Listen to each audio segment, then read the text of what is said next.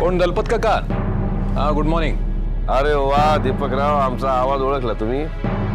अहो, एकदा ऐकलेला आवाज आणि एकदा पाहिलेला चेहरा नेहमी स्मरणात राहतो आमच्या. वा वा वा, आपल्या पिताश्रींकडे देखील अशी हुनर आहे बरं का दीपकराव. एकदा एखाद्या माणसाचा चेहरा बघितला की 20 वर्षांनी सुद्धा ते त्या माणसाला ओळखणारच, नावा गावा सकट. काय झालं काका? अगदी सकाळी सकाळी फोन केला तू? नाही, फार वाईट वाटलं आम्हाला आज सकाळी. का? काय झालं? नाही, तुमच्या मातोश्रींनी सांगितलं म्हणून मग आमच्या मेहुणांना काम सुरू करायला सांगितलं होतं. हे अभयारण्याच्या कुंपणाचं काम. कामगारांना काल रात्री कोणतरी बडवून काढलो. कोणाचं काम असावं दीपकराव? नाही, तुम्हाला अंदाज आहे तुमच्या मतदारसंघाचा म्हणून विचारलं. काय तुमच्या जे मनात आहे ना ते बरोबर आहे, पण कोण हिंमत करणार नाही आमच्या मतदारसंघात येऊन अशी गुंडगिरी करायची, आणि ते पण इलेक्शनच्या टायमाला. नाही, माझी काय माणसं होती तिथं माळावर वस्तीला. त्यांनी तुमच्या चावरेला करून तो पैलवान नारायण मामा का कोण त्यांना पाहिलं. म्हणजे चावरे तिथे ऍक्सिडेंटली आला होता. त्या पैलवानानं त्याची गचंडी धरली आणि त्याला दम दिला. नाही, मी वहिनी साहेबांनाच फोन करणार होतो, पण म्हटलं वाड्यावर चिमनराव आहेत, म्हटलं गोंधळ नको म्हणून तुम्हाला फोन केला. ठीक आहे, मी बोलतो मम्मीशी. हा, बोला बोला. नाहीतरी एकदा त्या निवडून आल्या की तुम्हालाच पार पाडावं लागणार आहे स्थानिक जबाबदाऱ्या. नाही, मी पोलीस कंप्लेंटच करायला लावणार होतो कामगारांना, पण इलेक्शन आहे, आपल्याच सहकार्याच्या मतदारसंघात गोंधळ नको म्हणून मग गप्प राहायला सांगितलं. दुसरं काय? ठीक आहे, मी बघतो काका. नाहीतर असं करा, तुम्ही वहिनी साहेबांशी बोलू नकाच, कार्यकर्त्यांशीच बोला. नाही, त्यांना तुमचं अस्तित्व आतापासूनच जाणव द्या जरा. नाही, तुम्हालाच चालवायचं आहे मतदारसंघ. म्हणजे चिमनराव आहेतच, पण त्यांचं लक्ष राहणार दिल्लीकडं. वहिनी साहेबांच्या मदतीला घरातलंच कोणी असलेलं चांगलं, नाही का? बोलत राहू आपण. सगळे इक्वेशन बदलणार आहेत बरं का आता दीपकराव. तेव्हा आपण कॉन्टॅक्टमध्ये राहिलेलं बरं. ठेवू का? ओके.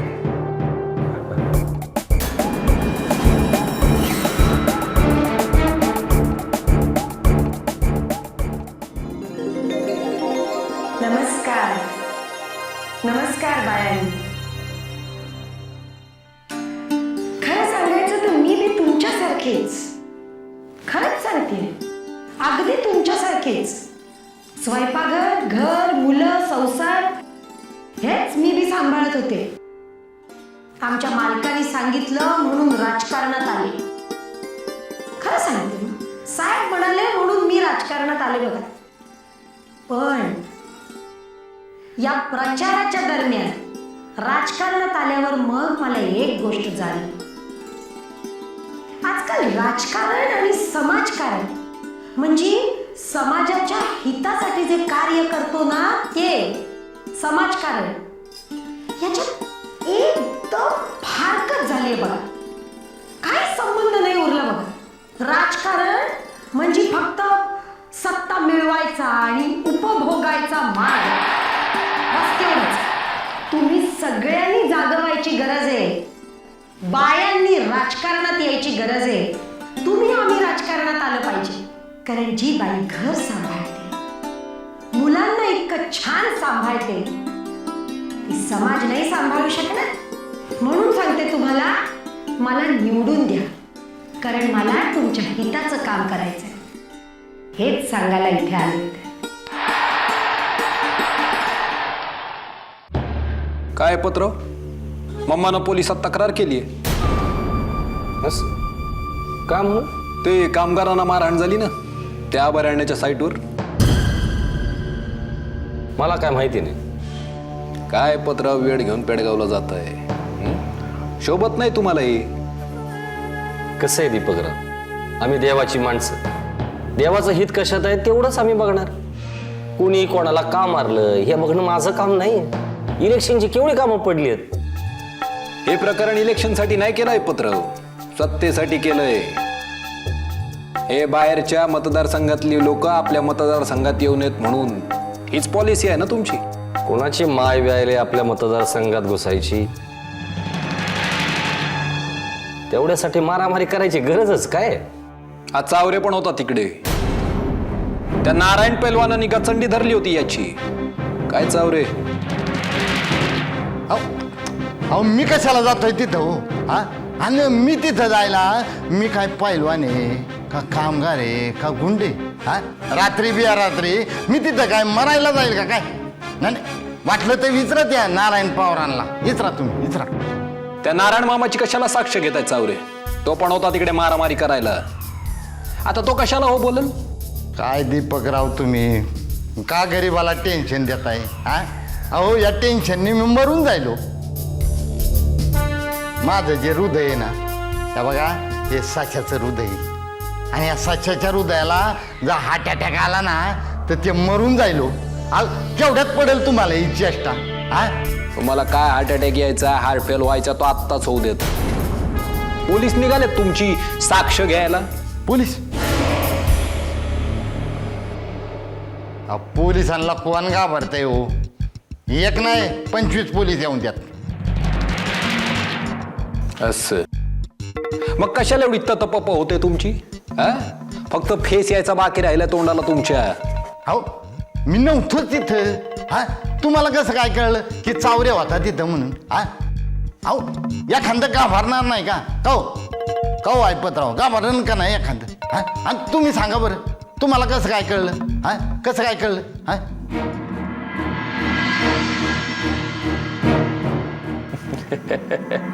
आणि तुम्ही सांगा बरं तुम्हाला कसं काय कळलं हा? कसं काय कळलं हा? चावरे तुम्ही मला नाही सांगितलं हा? मी सांगतोय पत्रावांना.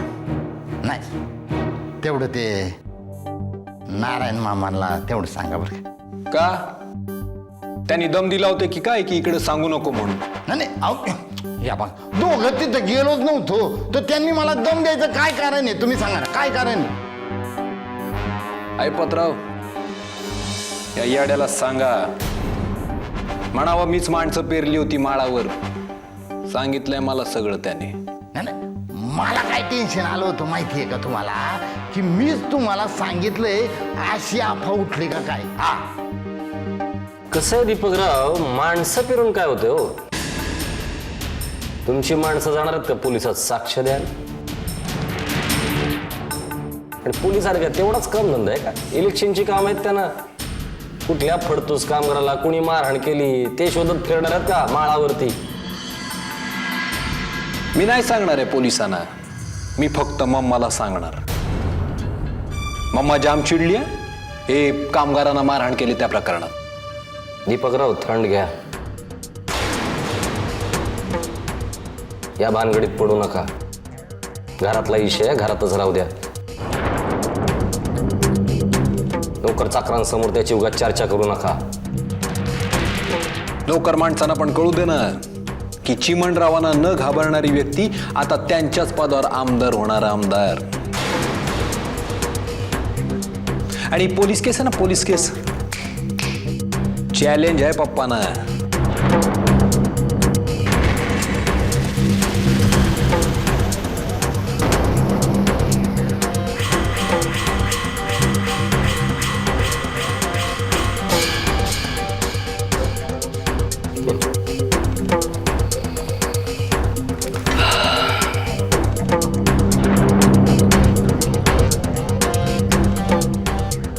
देवाची मर्जी.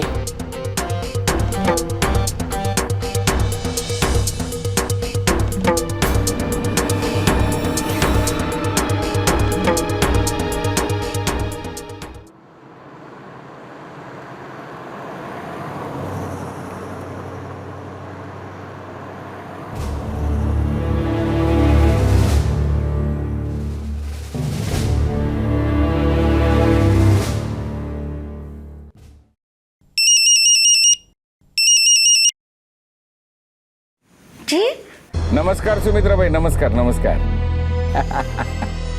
हो तुमचं भाषण ऐकलं देवळात. फार चांगलं बोलता हो तुम्ही. ऐकलं वय माझं भाषण? हो ना. हो कार्यकर्ते म्हणाले देवळात तुमचं भाषण चालू आहे. म्हटलं थांबा कार्यकर्त्यानं म्हटलं तुम्ही पण ऐका. ते समोर चहाची टपरी आहे ना तिथं उभं राहून ऐकलं बरं का. लाजवताय वय गणपतराव मला. नाही नाही, खरंच सांगतो. अहो फार चांगलं बोलता हो तुम्ही. हा ते राजकारण आणि समाजसेवेच्या फारकतीचा मुद्दा तुम्ही चांगला मांडला बरं का. आमच्या साहेबांनी सांगितलं होतं तो. सुमित्राबाई, अहो चिमणरावांना आम्ही कॉलेजपासून ओळखतो बरं का. हा चांगलं ओळखून नव्हतं आम्ही त्यांना. दोघंही राजकारणात एकदमच चालू आहे. अहो त्यांना हा मुद्दा सुचणं शक्यच नाही हो. सुमित्राबाई, तुमचं मनापासून अभिनंदन बरं का. हो हो, तुमच्यासारखा विरोधक आम्हाला लाभणार काय. सगळ्यात महत्वाची गोष्ट म्हणजे तुमच्याकडून चांगली चांगली भाषणं आम्हाला ऐकायला मिळणार. हो, देवाकडे आम्ही प्रार्थना करतो तुमचं असं चांगलं होत राहू बरं का. बरं बरं. हा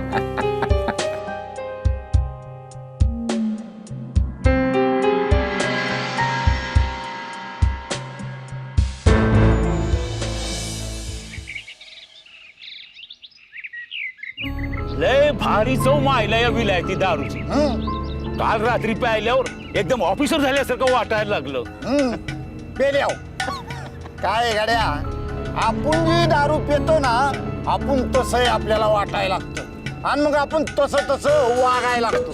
हा, कुणाला वाटलं होतं 2 महिन्यामध्ये ही सुमित्राबाई घरातली बाई प्रचार सोबत अशी धडा धडा बोलायला लागेल असं. लोक तर म्हणायला लागली हा? चिमणरावापेक्षा ही बाई भाषण लई चांगलं करते. हा, राजकीय सभेत भाषण बाईंनी करणं इथपर्यंत ठीक आहे, पण राजकारण्यांसारखा विचार करायला लागली ना तर लय अवघड जाईल, लय अवघड जाईल. असं कसं का खेळ आहे का त्यो? घरातल्या बाईनी निवडणूक प्रचार सोबत असं धडा धडा भाषणं करायची, हे म्हणजे काही खेळ आहे का?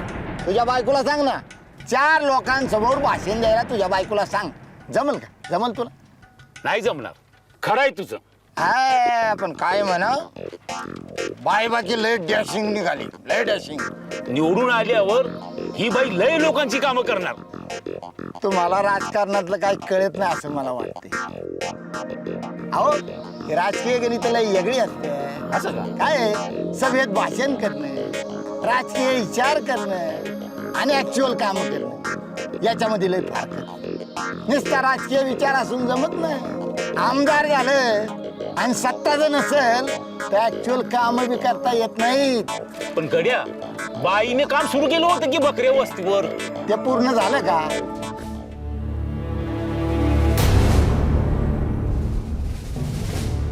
देवा, वहिनी साहेब विचारत होत्या काल रात्री कामगारांना कुणी मारलं म्हणून. त्यांना म्हणावं पोलिसांना विचारलं पाहिजे. देवा, त्या म्हणत होत्या की तुम्ही शांत कसे काय राहू शकता. मग काय करू? काय करायला पाहिजे? हा, निषेध म्हणून स्वतःच्या अंगावरती रॉकेल ओतून जाळून घ्यावं काय? दक्षिणेतल्या राज्याकडे नाही म्हणा आपण. ते सगळं ठीक आहे देवा, पण त्यांना या सगळ्या प्रकरणाचा शोध घ्यायचा आहे म्हणतात. घ्या घ्या, शोध घ्या, लावा छडा लावा प्रकरणाचा. हो, नाही गुन्हेगारांना शासन झालंच पाहिजे, नाहीतरी कायद्याचं राज्य आहे. हो देवा. हे बघा, त्यांना म्हणावं जगात सगळी लोक आहेत, चांगली लोक आहेत, वाईट लोक आहेत, चांगलं करून वाईट साधणारे लोक आहेत, वाईटातनं चांगलं साधणारे लोक आहेत. अरे पण प्रश्न तो नाही आहे. प्रश्न म्हणा हे आहे की आपली इन्व्हॉल्वमेंट किती करायची, आपण आपल्या जीवाला किती खार लावून घ्यायची. तेव्हा कसं आहे, वहिनी साहेब नवीन आहेत राजकारणात, त्यांना तेवढं अजून काही कळत नाही.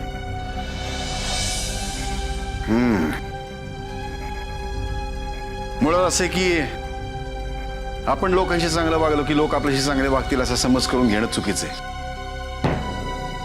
काय करणार, मनुष्य स्वभाव आहे, त्याला कोण काय करणार. त्यांना म्हणा उद्या प्रचाराचा शेवटचा दिवस आहे, इकडे लक्ष द्या. एकदा आमदार झाले की या गोष्टीत लक्ष घाला म्हणा. हा, एक सांगा, त्या कामगारांना आम्ही मारलेलं नाही.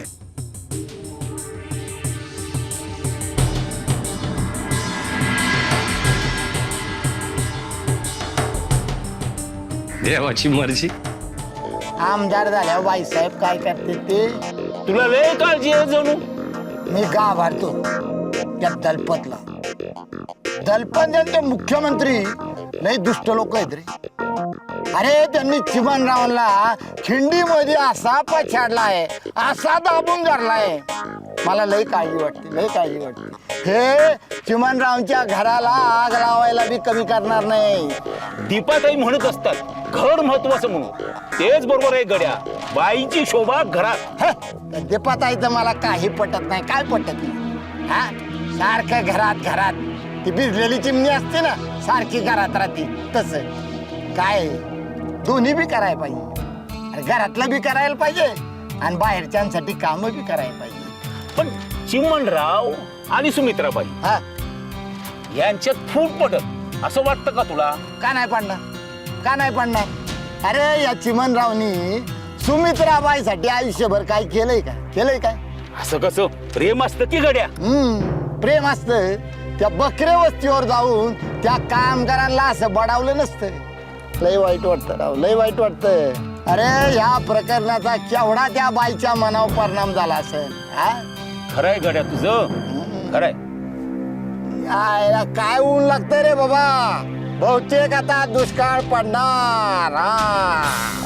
हा, गंगापूर मतदारसंघात पहिल्या फेरीअखेर गणपतराव डांगे 5,000 मतांनी आघाडीवर आहे. दुसऱ्या फेरीअखेर सुमित्रा देवी जाधव 15,000 मतांनी पिछाडीवर आहे. तिसऱ्या फेरीअखेर मतदारसंघामध्ये सुमित्रा देवी जाधव 2,000 मतांनी आघाडीवर आहे. आणि अंतिम फेरीअखेर गंगापूर मतदारसंघात सुमित्रा देवी जाधव 56,732 मतांनी विजयी झालेल्या आहेत.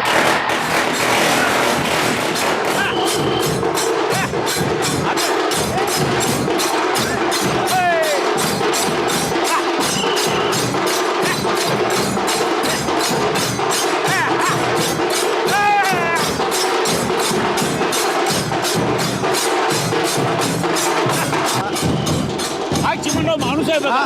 सुमित्राबाई एवढ्या प्रचंड मताने निवडून आल्या तरी त्याला मिरवणुकीसाठी पाठवलं नाही. कोण म्हणतं बाई नाहीत, बाई नाहीत? हा, ते काय त्या बाई उभे आहेत?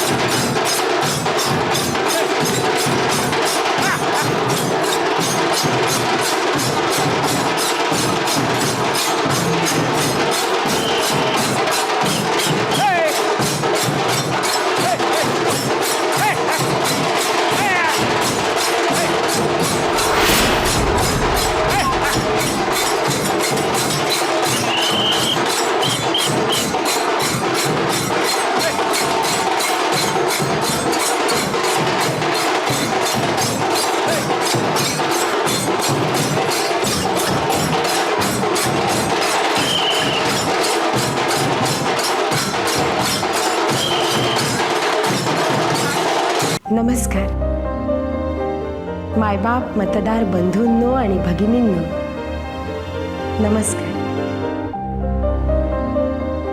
खरं तर माझ्या पतीच्या इच्छेनुसार मी राजकारणात आले, पण आता आपल्या इच्छेनुसार मला काम करायचंय. माझा संसार सुखी होता हा नाही बी. पर एक गोष्ट मला सांगायची आहे. पोरं बाळं मोठी झाली की संसारात एक काळ असा येतो की इतरांच्या उपयोगी पडावं, त्यांच्यासाठी काम करावं असं वाटायला लागतं. आणि मला तुम्हा सगळ्यांचे आभार मानायचे की तुम्ही मला निवडून दिलत आणि ही काम करण्याची संधी मला दिलीत. हवं सरणात हाडं जाण्यापूर्वी 4 जणांसाठी काहीतरी चांगलं काम करून गेलं पाहिजे, म्हणजे मग पांडुरंगासमोर उभं राहिल्यावर मला त्याला सांगता येईल मी माझ्या भागातल्या लोकांच्या उपयोगी पडले, त्यांच्यासाठी काम केलं. आता इथून पुढं याच मार्गावर मला वाटचाल करायची आहे. आभारी. मला निवडून देऊन तुमच्या उपयोगी पडण्याची, तुमच्यासाठी काम करण्याची चांगली संधी तुम्ही मला दिली आहे.